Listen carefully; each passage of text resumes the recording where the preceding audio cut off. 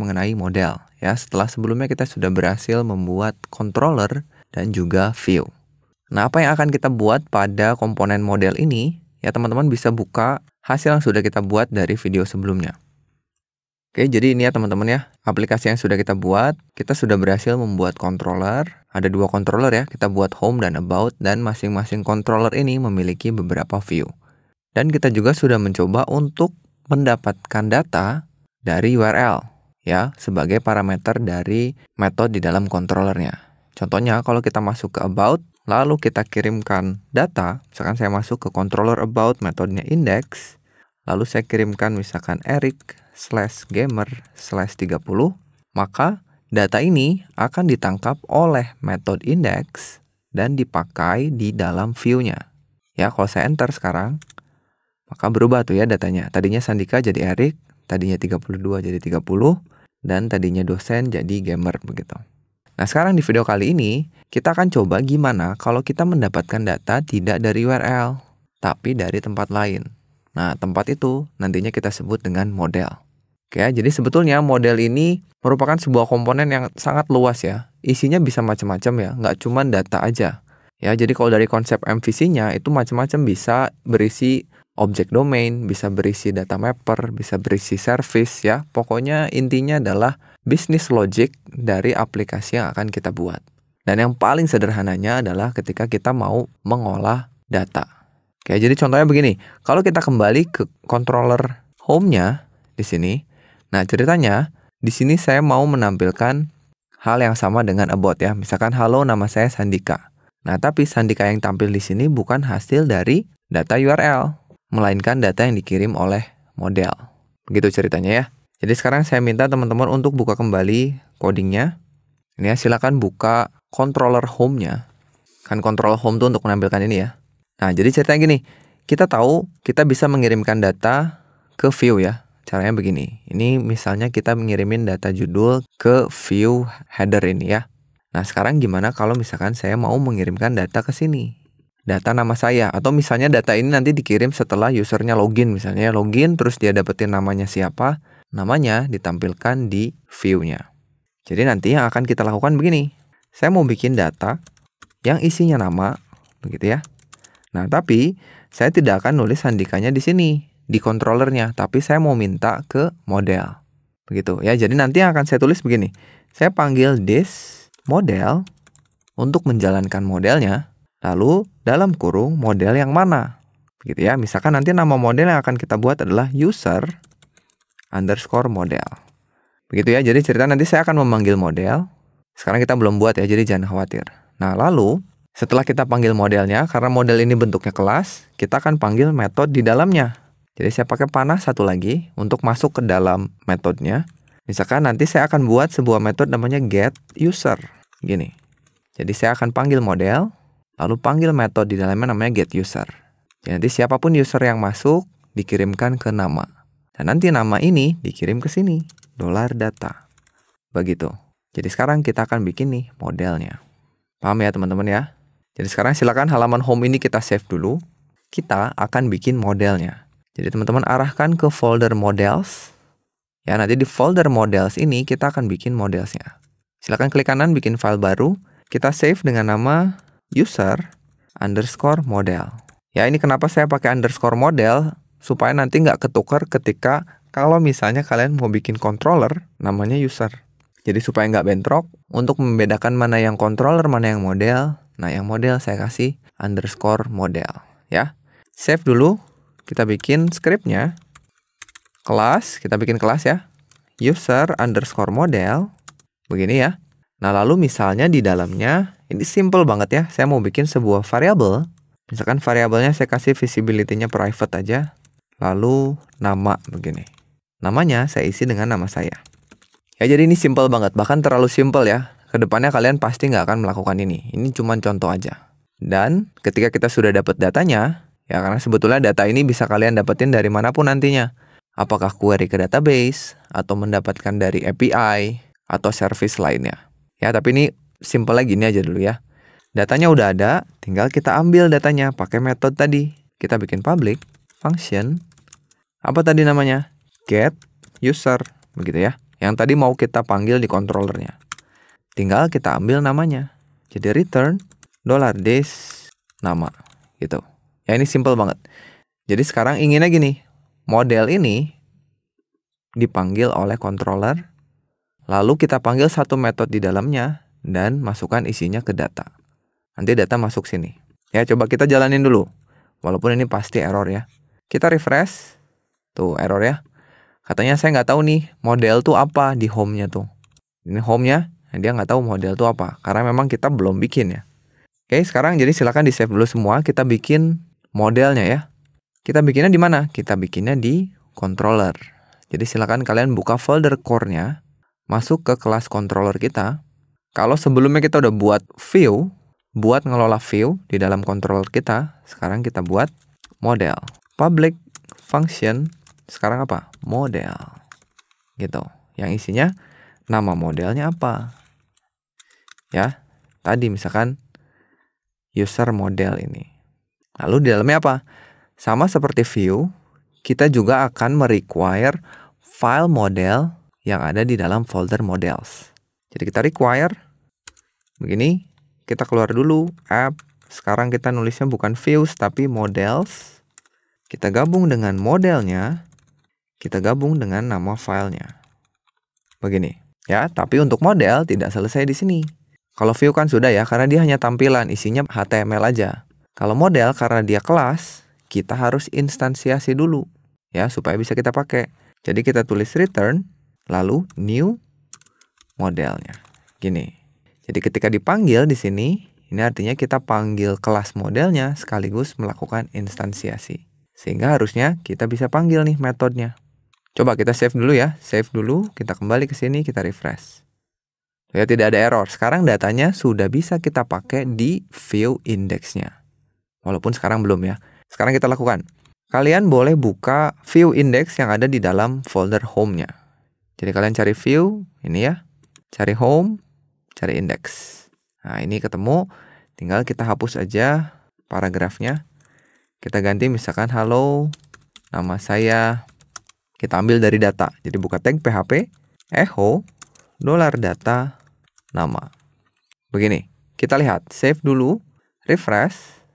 Nah, sudah ada ya. Jadi sekarang datanya tampil. Bukan dari URL, tapi dari model. Kalau misalkan kita ganti di modelnya, di sini kita ganti. Begini, save dulu, kita refresh. Nah, berubah ya. Begitu teman-teman. Jadi ini simple aja kita membuat sebuah model. Mudah-mudahan teman-teman nggak bingung. Nah, contoh lain misalnya kita akan membuat model baru nih. Kita akan membuat model untuk menampilkan data mahasiswa misalnya. Ya, jadi nanti kita bikin satu menu lagi di sini di navbarnya yang namanya mahasiswa. Ya, jadi silakan teman-teman boleh buka view-nya, cari templates, arahkan ke header. Terus kita tambahkan link baru. Ini boleh di-copy aja ya. Ini. Simpan di sebelumnya, kita ganti namanya jadi misalnya mahasiswa. Gitu.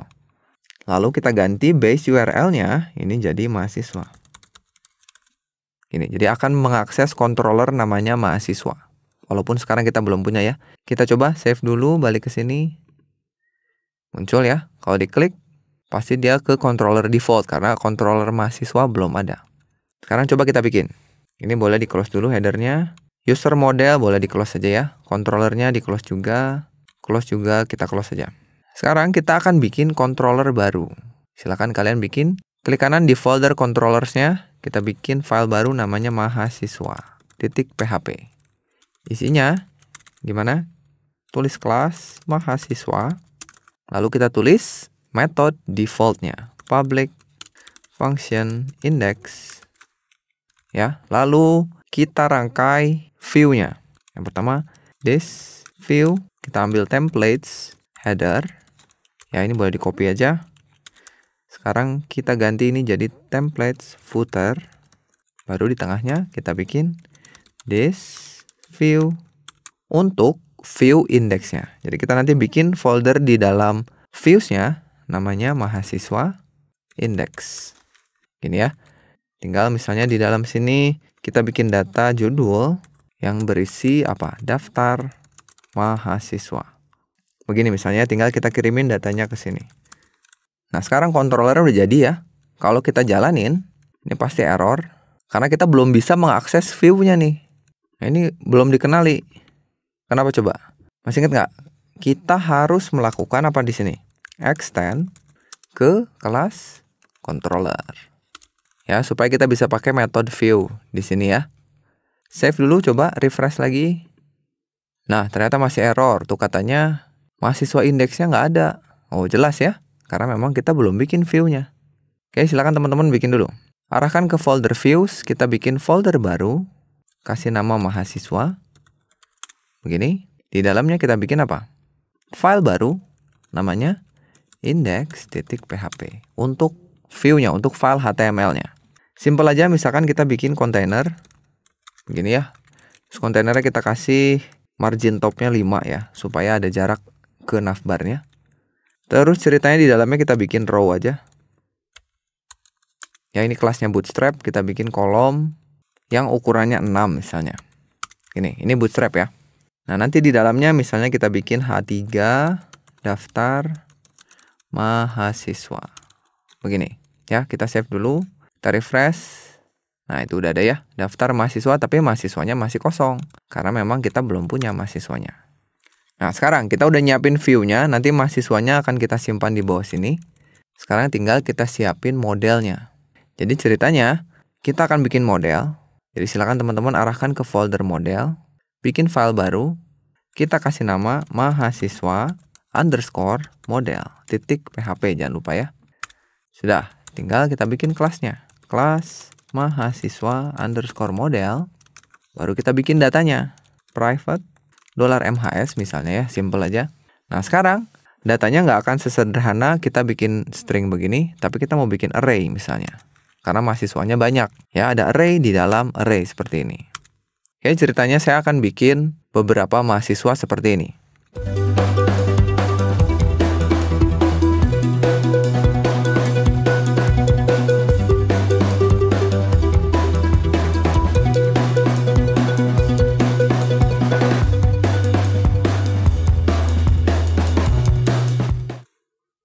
Nah, misalnya seperti ini ya, mahasiswanya ada 3. Ya, silakan kalian mau isikan apapun boleh, berapapun juga boleh ya. Datanya sudah ada nih.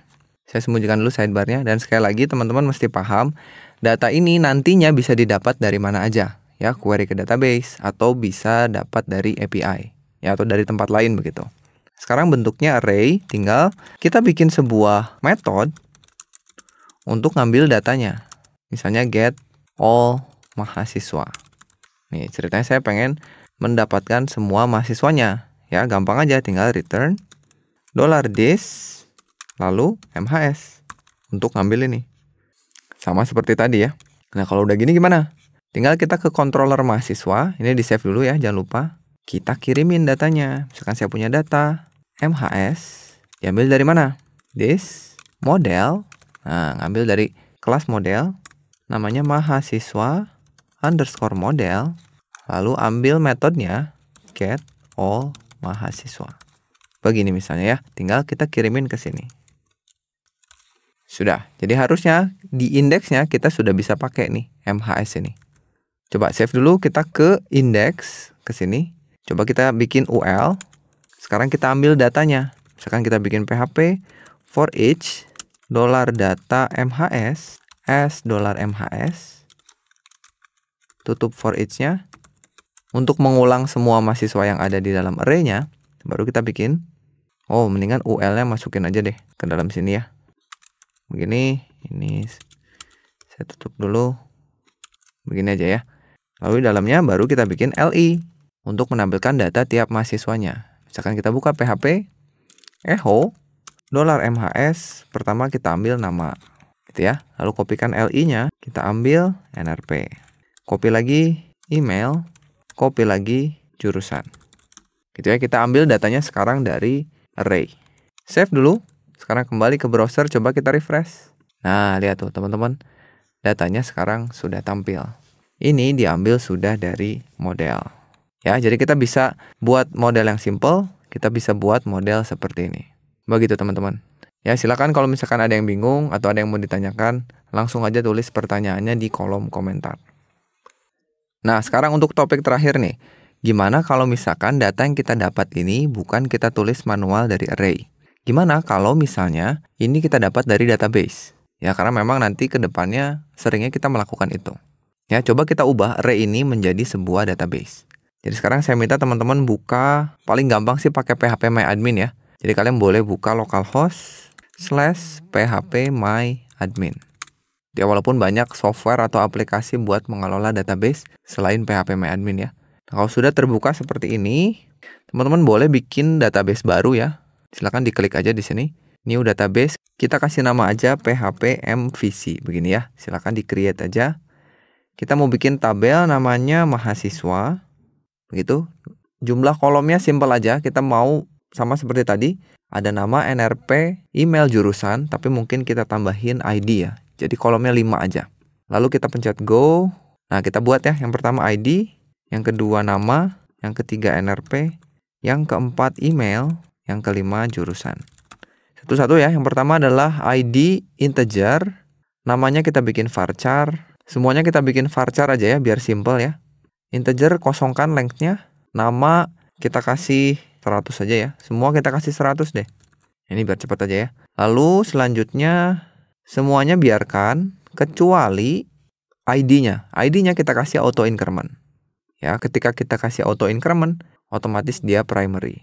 Udah gitu aja ya. Tinggal kita save.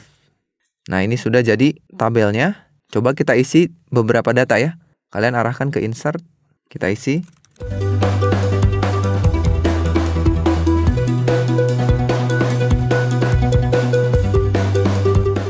Ya, kalau sudah, tekan tombol go. Nah, sekarang kalau kita ke tab browse ini, lihat saya sekarang sudah punya 2 buah data. Ya, 2 aja dulu. Silakan kalau kalian mau tambahkan datanya, sesuka kalian silakan ya. Sebagai contoh, saya cuma 2 aja. Sudah nih. Sekarang, kita udah punya datanya. Nah, sekarang gimana caranya ngeganti yang tampil di view ini data dari database? Ya, kita kembali lagi ke codingan kita. Sekarang saya minta teman-teman arahkan ke file modelnya ya. Folder models, masuk ke mahasiswa model. Sini, saya sembunyikan sidebarnya. Nah, sekarang data mahasiswanya saya nggak lagi ngambil dari sini. Ya, jadi teman-teman sebenarnya boleh hapus aja. Atau kalau nggak mau hilang, silakan teman-teman komentari aja. Nih, saya hapus aja ya. Nah, sekarang yang akan kita lakukan adalah di kelas model ini, gimana caranya supaya model ini bisa connect ke database dan ngambil data di dalamnya. Begitu ya. Jadi yang akan saya lakukan adalah yang pertama saya mau bikin beberapa variabel untuk mengelola database-nya. Dan cara connect ke database yang akan kita lakukan sekarang adalah menggunakan driver PDO ya. Atau PHP Data Object. Dengan menggunakan PDO ini lebih fleksibel ketika kedepannya kalian mau mengganti database kalian misalnya bukan menggunakan MySQL lagi. Dengan PDO akan lebih mudah daripada kalian pakai drivernya MySQLi. Jadi caranya kalian harus bikin variabel dulu untuk menampung koneksi PDO-nya. Kalau kita lihat tutorial di php.net itu dikasih namanya DBH ya. Sebenarnya ini boleh apa aja. Ini artinya database handler buat menampung koneksi ke database. Lalu kita punya juga private statement-nya buat nyimpen query nanti ya. Ya, jadi misalkan kita punya 2 dulu aja. Nanti kalau butuh variabel baru, kita tambahin aja di atas.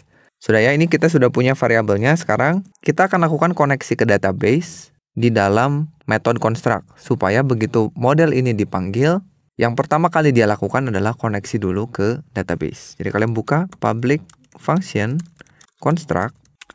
Oke ya, dan yang akan kita lakukan ini sederhana banget. Bahkan nantinya kalian jangan lakukan ini ya. Jangan nyimpen username dan password database kalian di file ini. Ya, nanti harus disimpan di file lain biar nggak gampang diakses orang. Sekarang di dalam sini saya mau bikin sebuah variabel ya. Namanya DSN. Ini buat identitas server kita ya. Jadi ini namanya data source name ya. Kalau mau dikasih contekan data source name. Kalau DBH ini apa tadi? Database handler. Oke. DSN ini diisi dengan koneksi ke PDO-nya ya. Caranya, tulis begini, MySQL, hostnya apa begitu ya, localhost, ini host kita. Lalu DB name-nya, apa nama database-nya? Database kita namanya apa tadi? phpMVC ya. Sudah, ini data source name-nya. Sebenarnya masih ada settingan yang lain, tapi sekarang saya tulis yang paling simpelnya aja. Baru di bawahnya kita cek menggunakan blok try catch ya. Apakah koneksinya berhasil apa tidak. Kita try this handlernya, dbh, new PDO, gitu ya. Manggil handler PDO-nya, lalu diisi dengan data source name-nya, dan username dan passwordnya. Ini saya tulis di sini aja ya, root. Nah, kalian mungkin nggak sama passwordnya. Kalau username-nya kayaknya defaultnya memang root ya. Kalau kalian pakai exam di Windows, itu passwordnya kosong. Jadi silakan kalian tulis gini kosong. Tapi karena saya pakai mum, itu password defaultnya adalah root. Ya, jadi kalau kalian ini nggak jalan, kosongin. Oke, lalu catch, ketika error, tangkap exception-nya. PDO exception. Masukkan ke dalam variabel E, atau buat errornya lah begitu ya. Tinggal kalau error, kita hentikan programnya, kasih pesan errornya. Gini. Nah, sudah nih ya. Ini sudah koneksinya, sudah kita lakukan. Tinggal kita ganti ini. Untuk mendapatkan semua mahasiswanya, kita butuh query-nya. Nah, cara nulis query-nya gini. This statement yang tadi kita tulis ya, itu diisi dengan handlernya. This dbh prepare. Gitu ya. Kalau pakai video, query-nya harus kita prepare dulu. Baru kita masukkan query-nya. Select bintang from mahasiswa ya, atau nama tabelnya apa. Nah, kalau sudah, baru kita eksekusi menggunakan perintah execute. Jadi 2 kali kalau video ya. Ini supaya aman. This statement-nya kita execute. Gini. Jadi ini kita baru jalanin query-nya. Tinggal terakhir kita ambil datanya. Kita return this statement, kita fetch all. Oke, jadi ambil semua datanya. Kalau ada banyak nih di sini. Kita kasih parameter mau sebagai apa dikembalikan datanya. Kita pengennya sebagai array asosiatif. Jadi PDO .2.2 fetch underscore assoc. Ya, kan kalau pakai MySQLi underscore fetch assoc. Kalau PDO begini. Coba save dulu. Kita kembali ke browsernya, coba kita refresh. Nah, lihat tuh teman-teman. Sekarang datanya sudah tampil. Dan ini sudah ngambil dari database. Bahkan controllernya nggak perlu kita edit lagi.